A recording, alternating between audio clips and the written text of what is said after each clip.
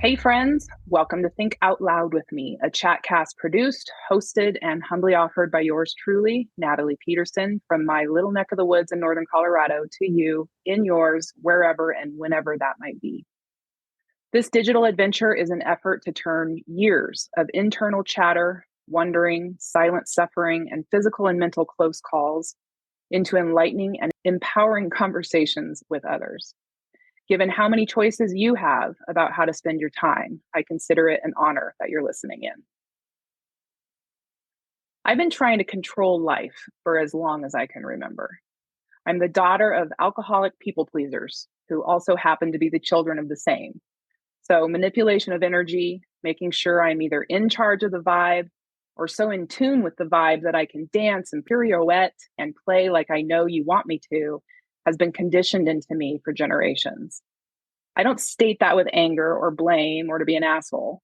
It's taken me many years and much work to get to a place where I can honor my upbringing, the good and the messy of my origins and emotional inheritances, and live with an awareness of who I am and who I aim to be. It's been in this work that I have uncovered codependencies and conditioning that are at the root of my incongruence and constant dismay about how I might show up in the world, the cycles I continue to insist on living, and what some days feels like the never-ending search I am on to find myself. Ask folks who have known me through the years. There are past iterations of me that have been heard stating very matter-of-factly, plan the work the plan. We can't manage what we can't measure. Suck it up. Fake it till you make it. We'll sleep when we're dead. Coach them in or coach them out. This isn't a time for emotions. Get yourself under control. Get control. Take control. Never cede control. The status quo of being in charge, in control, with a plan, moving forward, suppressing emotions, conquering life, and well, to do otherwise is soft, it's waffling, it's weak, and here you go, it's pussy. This has been passed down and down and down. You can go back and back and back into my genealogy and your genealogy and through the stories and the lessons and the classes and history books of our society and find this black and white coating the walls of our collective thinking, which is something I've obviously been thinking about lately. There's insane levels of cultural stereotypes ingrained in our understanding of the masculine feminine concept. Many will tell you this topic is purely gender-based, that there are just two genders and you're either one or you're the other. Females are feminine, males are masculine, period. Further, femininity is inferior and masculinity, that's preferred. And yikes, depending on what headlines and sound bites you might swallow, masculinity is under attack. I personally subscribe to and am developing a much different understanding of the concept of masculine, feminine, and believe every human possesses both energies and more. I've invited my guest, Jeremy Pajer, to think out loud with me today about this deep and often polarizing topic. I met Jeremy and his wife in his role as co-founder of Freedom, Folk, and Soul, as they led a group of us through the Toltec medicine wheel of transformation. I joined them and several others on a journey of self-discovery to the pyramids of Teotihuacan, Mexico. And his teachings and touch and genuine energy so greatly impacted me that I have journeyed 2 more times to Teo and spent countless hours with him in ceremony and discussion online and in person. Jeremy loves to share his wisdom, creativity, and playfulness as an ordained minister of the healing arts, transformation and Master Breathwork Facilitator, Toltec Teacher, and personal freedom coach. He brings his love and knowledge of firewalking, sweat lodges, Native American ceremony, Toltec wisdom, 12-step traditions, and shamanic practices to people all over the world. Jeremy is most passionate about teaching people how to find their own wisdom and embrace their own humanity. He's practical and purposeful, yet gentle, kind, and authentic. He is a leader and a teacher and a healer, yet he is forever a student, vulnerable and curious and always evolving. Jeremy is both masculine and feminine. He is both stable and free-flowing. He is determined and protective and agile and nurturing. I want to dive right into this cast and ask Jeremy, after he says hello, of course, to give us a little commentary on his understanding of the masculine feminine energies. Hey, Jeremy, I'm grateful as hell to be thinking out loud with you today. Hi, Natalie. So grateful. Thank you so much for inviting me to think out loud with you for real, and there's so much in what you just said kind of coming into this that we could talk about. I'm like, ooh, ooh, ooh, but as for the feminine masculine, I mean, again, I think a lot of it still has to do with what you started off saying about what I would call the domestication of growing up in our family of origin. And, you know, as much as I believe that those younger stuck parts of ourselves need to get angry, feel the feelings, scream, beat the pillows, whatever at our parents, I also agree that this isn't about blame or, it's so generation, after generation after generation, even when it comes down to this masculine and feminine, and I like to say the problem with my parents is they had parents and so on and so forth, and so, it's hard. I wouldn't say that I'm an expert at by any means in the, masculine, sacred feminine work. Although, how can you be and do the work that we do and not be present with both of those energies, you know? Um, and so back to your question about my understanding of the sacred masculine and sacred feminine. Um, I guess my biggest understanding is the distortion. Let me start here. Often when we're on a trip or a journey, especially when we're doing the Toltec medicine wheel transformation, we really look at how the sacred masculine and the sacred feminine have wounded each other. And I'll often ask the men in the group, I'll say, men, who taught you how to be a man? And of course, someone will say, oh, well, maybe it was John Wayne or, TV, depending on how old they are, right? Some will be like, well, my dad, kind of, and most of them get to this like understanding of like, well, nobody really taught me how to be a man, you know? And what I will say to them, and this is a big aha moment, is I said, for most men, mom taught you how to be a man. Your mother taught you how to be a man. And what your mother taught you was how to not be like your father because she was wounded by the masculine, right? And so a lot of especially in my case, I had a young stepmother and a much older sister, right? And so as I was kind of forming those years, young years, my stepmother would say, oh, you need to be this way or that way. I mean, my stepmother would be like, don't get scars because then you can't be a Chippendale. Like literally, and my sister was like in high school and men were pigs, and they were all doing that whole thing. And so I had tons of shame, from that experience of just like, I was terrified to kiss a girl. I was terrified to approach, right? And then of course you get into the locker rooms and then there's this like hormones are raging, right? And so here's this mom teaching me how to be, the feminine, the wounded feminine, teaching me how to be the sacred masculine, but really from a don't be this way, don't be what is mirrored for you in your life by the rest of the men, right? Which creates confusion, which creates shame around anything that's contradictory in those feelings. And so and then the result of that really turns into wounding of the masculine. So then what happens? Then the masculine repeats the pattern. The masculine wounds the feminine wounds the masculine. And it's a continual cycle. And then I'll ask the men in that, it's like, hey, look, women, to the women, I know masculine and feminine is much bigger than gender. You spoke into that, right? Especially in this day and age that we're coming into, there really is a equality, moving more towards a balance and equality between the two. And I know I'm kind of jumping all over, but I'll really genuinely ask from the men, like to the women, like, will you forgive us? Can you forgive us? Because we are just as wounded, not as a justification, but just as a reality of like, we're just as effed up. and we don't know.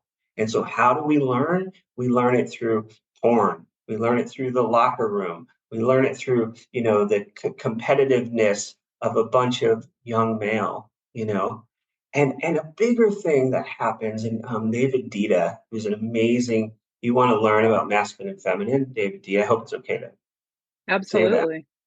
He, awesome stuff. And, he talks about in one of his books that what is going on for us when our hormones hit tends to imprint on us.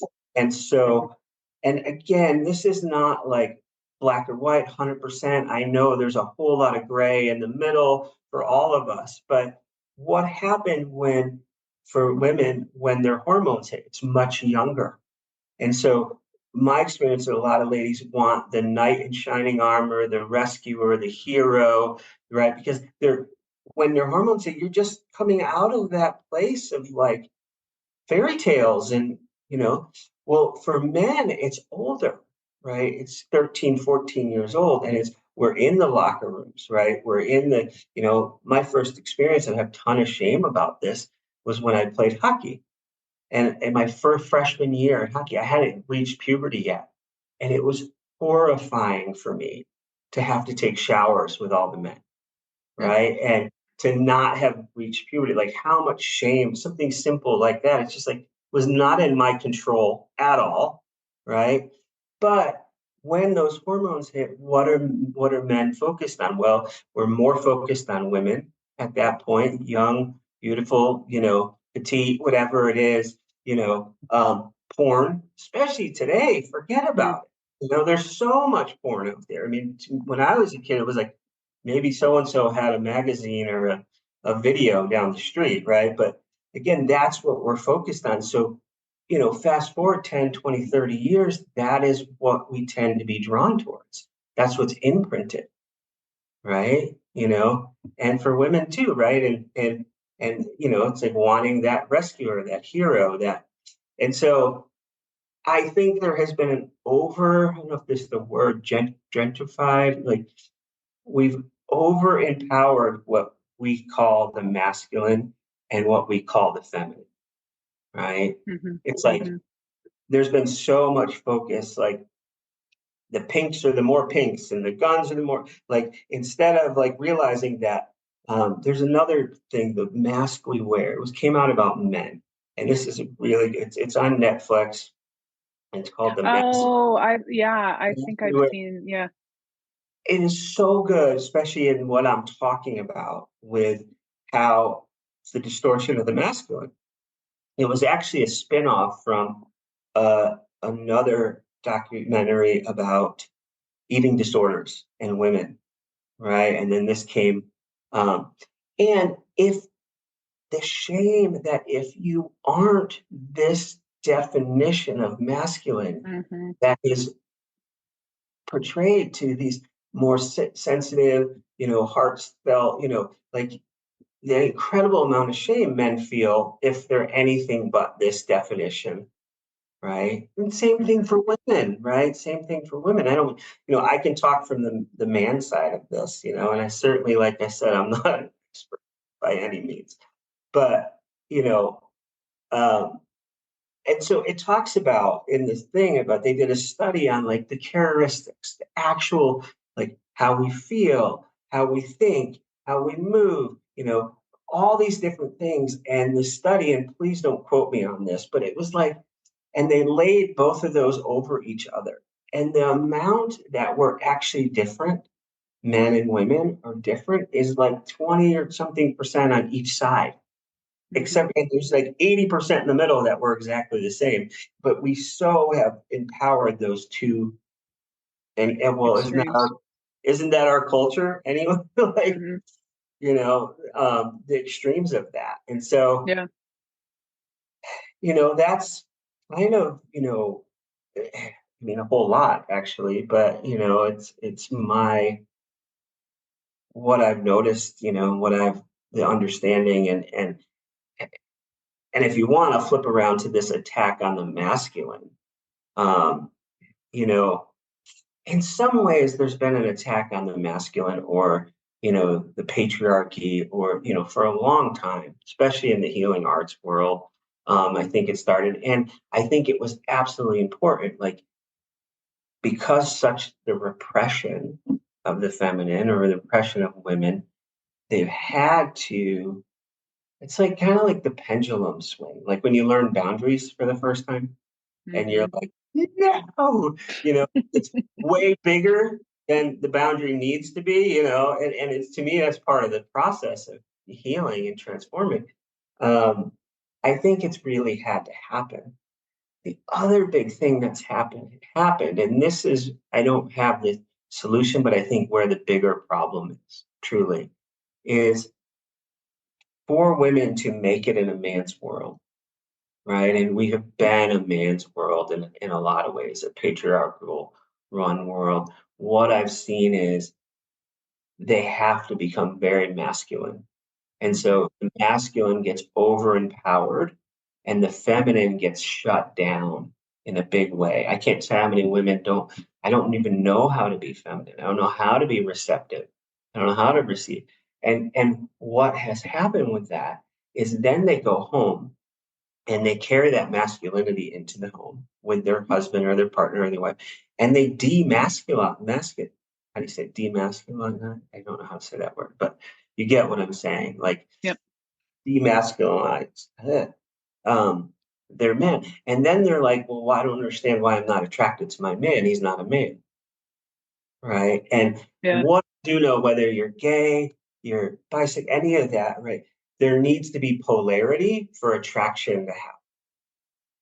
Early on in my marriage, me and Steph, rubbed up against that because she was very masculine to do what she did in the world, and it wasn't attractive to me.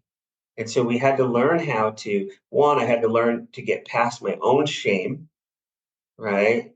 Which was, I came in where we started this conversation, right? I said, my Mm-hmm. sister, I had to be able to step into my masculine more confidently, not aggressively, not forcefully, but, and for her to soften, you know, and then magic happened. Then Mm-hmm. magic, and is it still, is her, masculine, feminine, can she bring that penetrating energy? I don't know how else to say it, yeah. And is that a great tool? But we get stuck with those, we get stuck in those masks. We get Yep. stuck in, you know, um,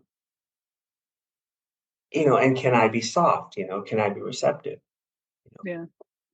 The last thing I'll say, I'll let you talk some. I mean, I guess I talked a lot, but I love is, it. we associate nurturing with the feminine, protection with the man, that kind of thing. And I don't know if I necessarily agree with some of the traditional stereotypes. I mean, I do believe the feminine is the vessel, it's the open, receptive. The masculine is the more penetrating.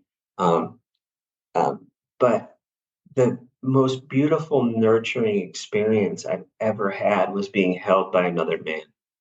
Mm. And so you tell me, does the masculine not have nurturing capabilities, right? You know, and so, yeah, Mm. there's a lot to Wow. come. Yeah. Let me nibble on a few little bites of that. I go back to what you were talking about. Well, I've got a few things that I want to touch on. I go back to the concept of domestication and family of origin, and I think about in in my setting and the folks that my mother and father and their families of origin. There was no The female was considered, and there was religion involved, that would tell you that the man is the head of the household, this, that, and the other. And we had some pretty weird, I'll call it weird, just as um, for lack of a better word, ways that there was the calendar, and a lot of this you've heard in our own time together over the last couple of years. The the calendar on the wall with the red X's that meant that mom was having her cycle of the month and to stay away, right? Because she just needed this, that, or the other. And so I grew up with this very, it was loud it got worse with alcohol magnified everything, to the point of my, that my dad was the head of the house. And if we crossed it, there were consequences, right? There was no talking about emotions. There was no wiggle room about why we came to that. It just was that he decided, and that was that kind of thing. So then I go out into the world. I have a big kerfuffle in the middle of all that with suicide and all this other crazy stuff that happens, right? But then I go out into the world, and I've been smart. I've been my own person, and I catapult myself out there.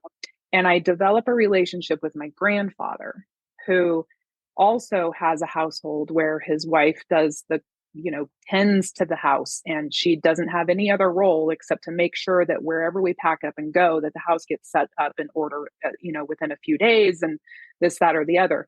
But I develop a relationship with him where it's time to conquer the world. It's the words I was using earlier.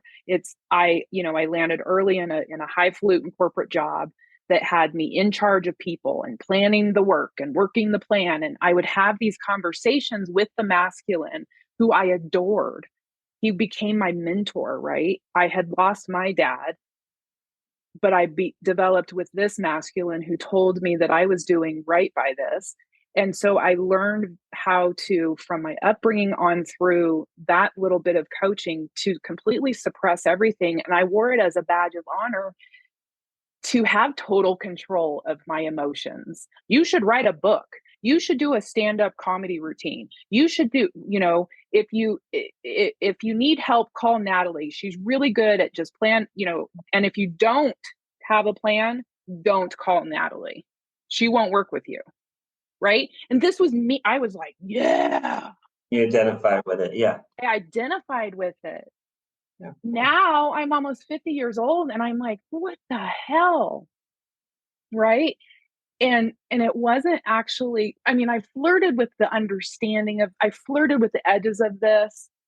And it wasn't until Teo, I guess the second, or maybe it was this last trip. No, it was the second trip. I went with a couple of others, and we went and visited a healer, Helga. Yeah. Helga. So she took me to the other side of her garden and began her ceremony. And without going into the details around that, where she spent her most time was with a literal pair of scissors, and on my backside, with me standing there snipping at me, just snip, snip, snip, snip, snip, and just cutting, and in Spanish, just talking and mumbling, and finally comes around to me and is trying to convey to me that I am like Mas, and she can't get, she doesn't have the English word for it, and she is trying to explain to me. Finally, she gets her phone and she types it in, and she turns and she shows me, and it says Mas, too much, and it says masculine. Yeah. And it's on Google in front of me, right? She's Googled me, and there I am. She's like, too much, like cut, scissors and everything. Like, where is your feminine? Where is your lightness? And man, that was like, oh, a strength overused becomes a weakness, right? Man, I have been tough as hell this entire time. And it's served me in multiple ways. I'm now at a place where I it's not serving me any longer. I was visiting this morning with, we have a mutual friend with Jen Fauci, and we were talking about resistance and acceptance. My masculine tendencies have led me to put up very distinct barriers around who I am and who I let in. And the resistance, the commitment I have to resistance and resisting anything that tries to penetrate that and it's just come into more of a realization, having lost my mom, my wounded feminine, right? To understand how hard I was working on that resistance. And now, in the absence of resisting what was a wounded feminine in my world, there's a vacuum there. I'm trying to, it's bubbled up, and I'm now in this place of discovery and it's confusion around it. It's like, whoa, what is this? Yeah. So, there is, I agree with you on the vessel and these concepts of masculine and feminine. I read somewhere that the strong, formidable mountain is the masculine, and it's supported and covered and intertwined with the lush growth of the feminine, and that I'm smiling because I'm thinking, yeah, but get in the way of a mama and their baby. Right. You want to see a mountain, right? You want to see nature, right? So yeah. Keep going. I'm sorry. Well, no, just that we each have a core energy, right? And we tend to be, like you said, we are attracted to equal or opposite polarities to our own, and that masculine femininity in each of us is, and those are just two, like, let's call it's a sliding scale, that if we are aware and deliberate, and I emphasize the word aware because that's such a massive chunk of it, the dials of femininity and masculinity can be turned up or down depending on the situation, not to manipulate, but to add value to. Yeah, I mean, I agree. Like, I mean, backing up a second, like you can hear just in you sharing how we come by this so honestly, right? We come by the wounding like no fault of our own, right? And I want to say, because it's like always a risk, to say like this over empowered feminine with the masculine in the workplace, but you said it really beautiful on how that happens, and it's like, of course, mm-hmm. And what do we do when we're wounded or we're hurt? We protect. I mean, there's so many areas in which we shut down, we put away shadow pieces that are all a result of the shame or the wounding, and equally the feminine, I think, was, who taught you how to be a woman? Was it dad? Was it dad telling you not, again, his resentment at mom, don't be like mom. I mean, there's so much confusion and it works, right? What you did worked, right? Guess what? Addiction works until it doesn't. You'd mentioned like, you don't want to be there anymore. It's not working any longer. All of these things, we wouldn't have adapted them if they weren't effective. And so can we, on some bigger level, that's where I get like the women, feminine moves, the masculine, like the bigger picture is, can we all just like, and just say, yeah, we're all messed up and we're trying to figure this out. And again, I don't think even in a gay relationship, it has to be all one person being masculine or one person being feminine. I think that can play back and forth, but I do think that it has to exist to some degree for that attraction, so to come back to. And so don't throw the baby out with the bathwater. Is that like your drive, your way to get things done, your beautiful on point, who you are, you doing this thing is some of the masculine driving that? 100%. But then can you go, okay, now I want to soften, I want to receive, I want to, and of course that's terrifying. Mm-hmm. Of course it's terrifying, yeah. There's you say the sacred masculine and the sacred feminine.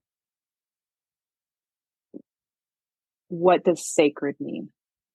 How is that used there?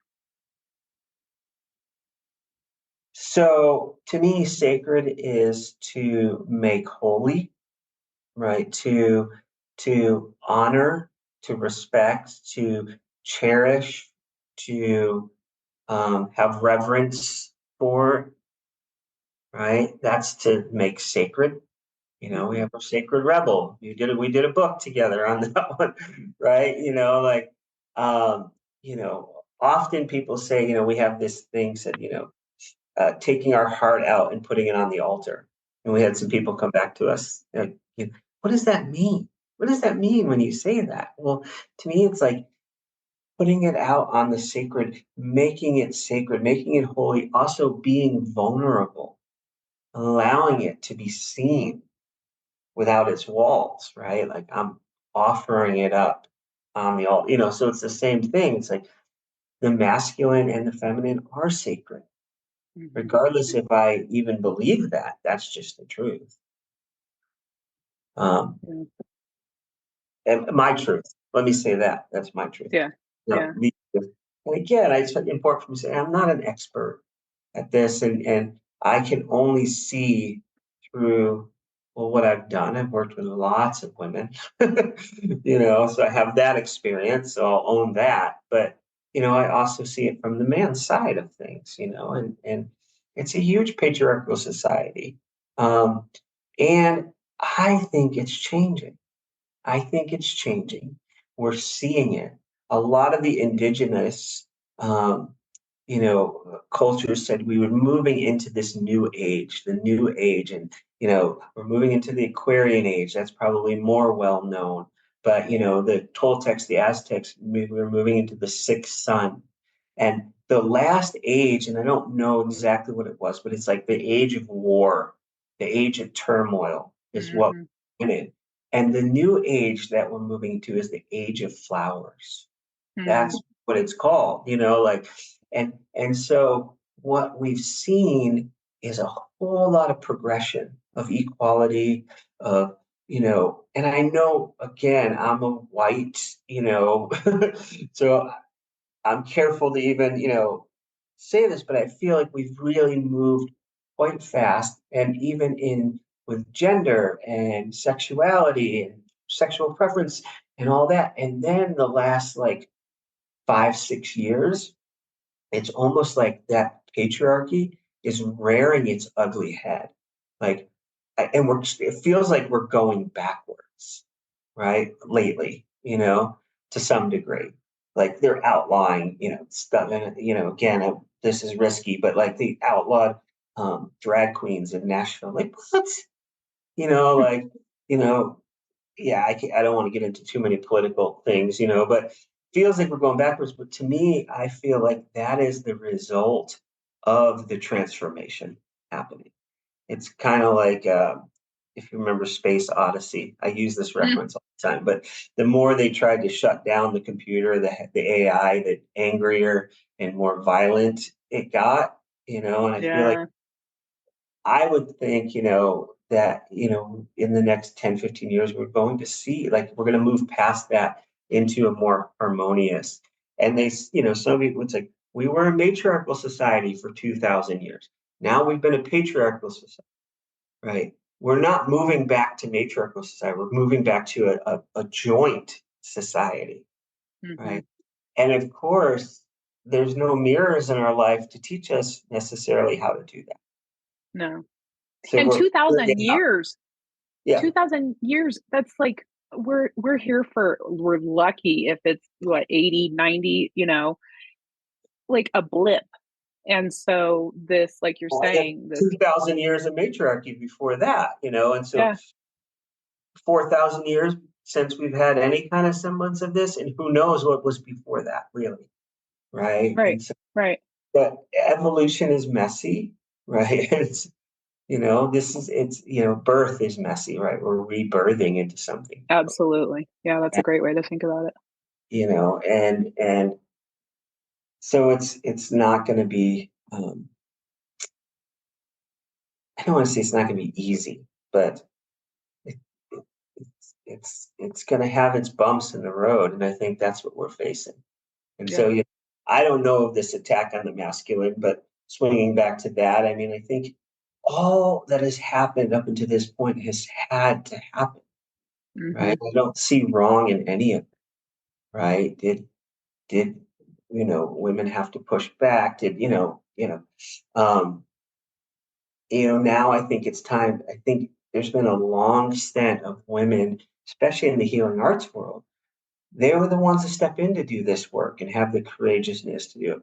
And it's like, I'm even today, I tell you how many groups I'm the only man in there. Like, come on, guys, if you're listening to this show, like, step in, Step step into. in. God damn it, Well, and that's where I gained my respect for you. That's why I hollered at you to think on this with me, because I've witnessed you hold space for females, and it, and I'll say, I think that there's what I'm, and I don't mean to categorize, except for just to make a point, because I know that there's all kinds of gray and everything that we're talking about, but like the concept of a mature masculine and a mature feminine versus an immature, and you talk about where we get in, where when we come into puberty that we get stuck in these, we never leave these conditioned points, right? And so that there is a place for the masculine. That's not us trying to rid the world of masculinity, that there is a mature a mature living, of protection and direction and stability and clarity and certainty.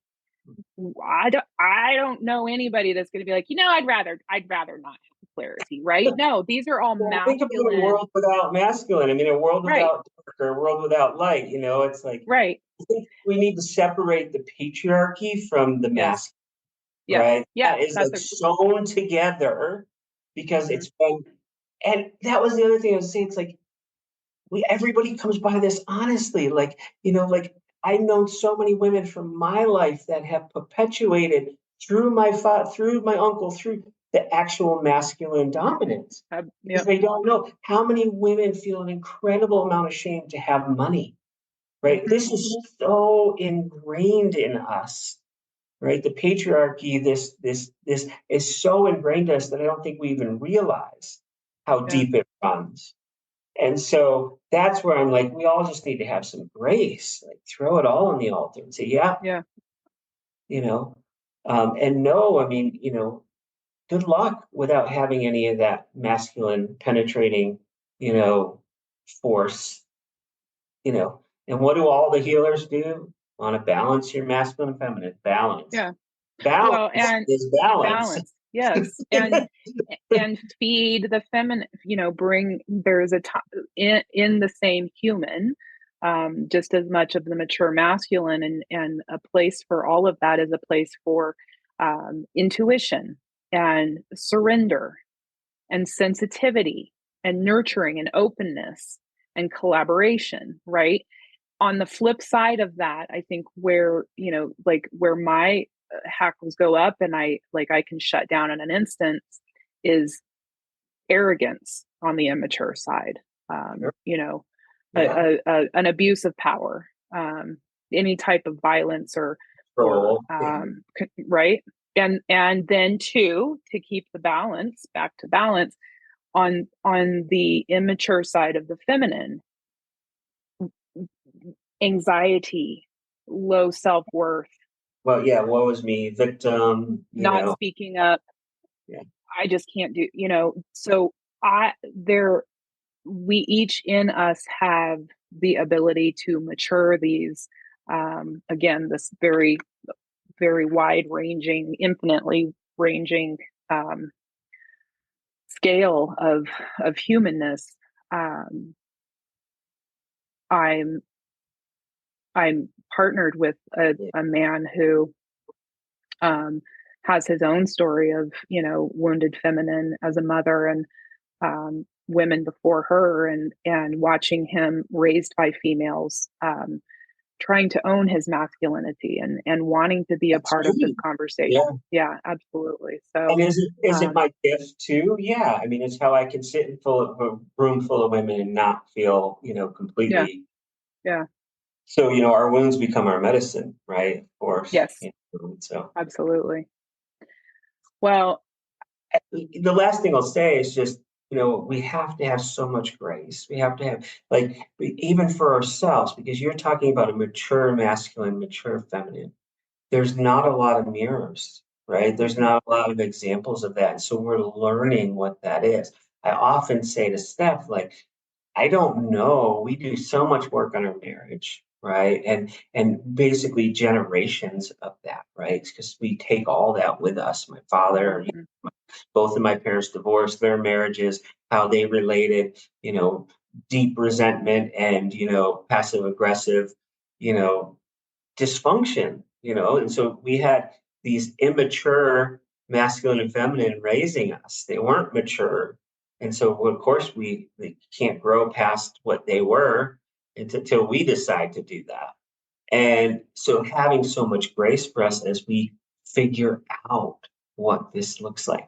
And the same thing, like, what does adult healthy relationship right, look, right? Not mhm, codependent, victim, persecutor, love, um, what does it look like? You yeah, know, mutual respect, honoring of, um, again, we're learning. And so that's why, like, we need so much grace. And I love so what you much said. grace. It's not about persecuting the one or the other, because it takes two to tango, Hmm. Hmm. and nobody's at fault at this point. Nobody's at fault. And I'm not No, talking no, about the abuse of, like, abuse is abuse, and you know, and abuse can be swung both ways. It doesn't always have to be the masculine side, right? yep, yep. Yeah. So And we're modeling it for our kiddos. yeah, yeah. Your Zeta, my Cody, Well, and they're what a difference watching us. they are from where we did. Like we put our daughter in therapy whether she needed it or not, so she knew her avenue of, I can talk to somebody when I get in trouble, and she came back. She's like, guys, she's just not a shame-based kid, and we're like, I don't know what you mean. Like, what does that mean? To not be a shame-based kid. You know, Wow, he that's has her incredible. insecurities, of course, but I mean, we're so, I've programmed to feel shame at everything. I'm Hmm. programmed to feel shame because I have any kind of feelings. Right. Yeah. Other You did than, a one. You did a wonderful. You mentioned the book that we were in together. Your first book, Shaman Heart: Turning Pain into Passion, and then most recently, I joined in on Shaman Heart: Sacred Rebel, where you wrote chapter 2 called "My Little Fuck You." The pattern of my salvation, bringing my rebel into the light. yeah, Um, and you talk about your story and uh, your own cycles and coming to terms with your authentic humanness, and the beauty and the mess of it, and so much more. The the books are available. I was just reading your chapter this morning, getting ready to talk to you, and just think that the entire experience of finding our sacred rebel and letting that piece out was one I won't ever forget. Um, both the books are on Amazon. mhm, Um, you've got future collaborations in the works. I know there's another Shaman Heart in the yeah, works. I mean, yeah, Shaman Heart. yeah. Um, Well, it's a whole. incredible, It's going to be a series. It's going to be a series, maybe 7 books. We'll see. But incredible. And you've got experiences, including that author's journey, healing opportunities. You all went to Egypt this past fall for winter. amazing. All of this stuff is just a ton of different ways to experience you and get to know you, and to have you in the person's world. freedomfolkandsoul.org is where anything and everything, right? Yeah. And the books, you can go to shamanheart.org too.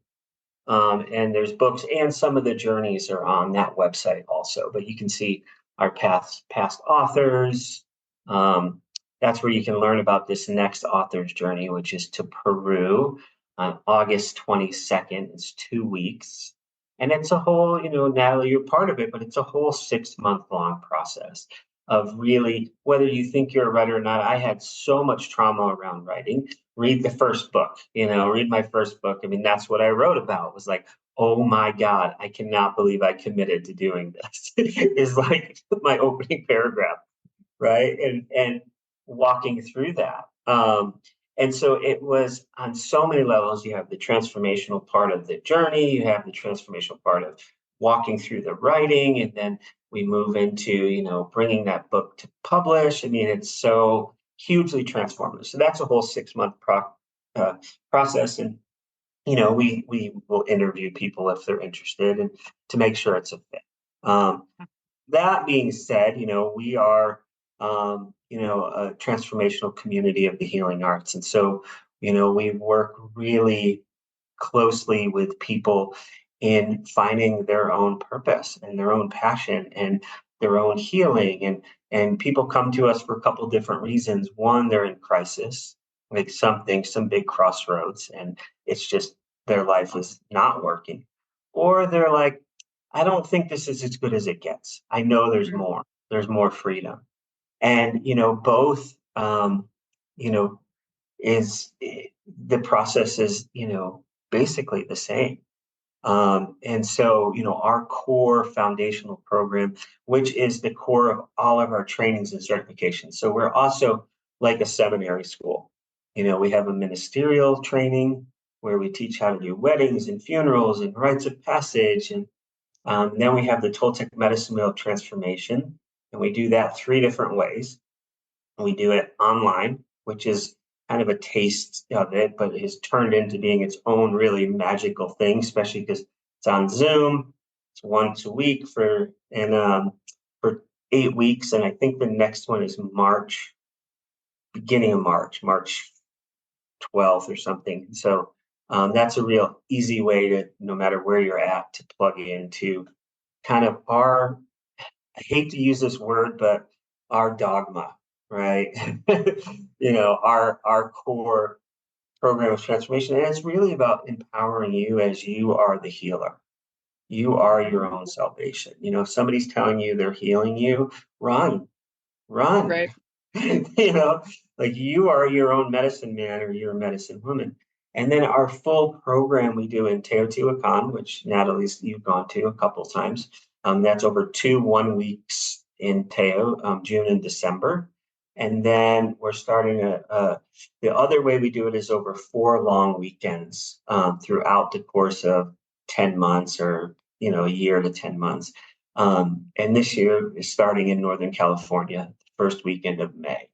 And we only take 12 people for each of those things, because what is super important for me and Steph is that each of those people have the support, the intimacy, the connection, because we're meeting in between also. And so it's a full, program and experience. And then we do breathworks and online breathworks and like you mentioned, Egypt. We have 2 trips to Oaxaca this year. We have a couples trip over Day of the Dead, so it's for couples. And then we're doing another trip the week before with Jorge Luis Delgado, a Peruvian shaman. And so we got lots of stuff going on. Lots of stuff. Yeah. It's amazing. It's amazing the calendar that you. Yeah, freedomfolkandsoul.org. Facebook. Most of our kind of details of each of our events are on Facebook, but you go to the website, you connect to any of those, will bring you to Facebook. I know people aren't so big on Facebook anymore, but we're not that. We're old timers. You're joking about Instagram. I'm like, I don't know. I don't have an Instagram page. Well, I can wholeheartedly say that it makes me it's made my day and been what I needed to share space with you and share some time with you. And I'm glad that I did. And you know, really just thank you for thinking out loud with me today. You're And so welcome. I adore you. You know that. And yeah, so grateful, honored, and humble. Really, honestly, you know. well, So, I adore you, and I mean it. You've impacted my life greatly. Um, and I just want to thank listeners for tuning in and thinking out loud with me and Jeremy Pajer, my guest today. Please continue to tune in and keep an eye out for when. And until then, take care of you. Big hugs, big love, be kind. Bye, friends.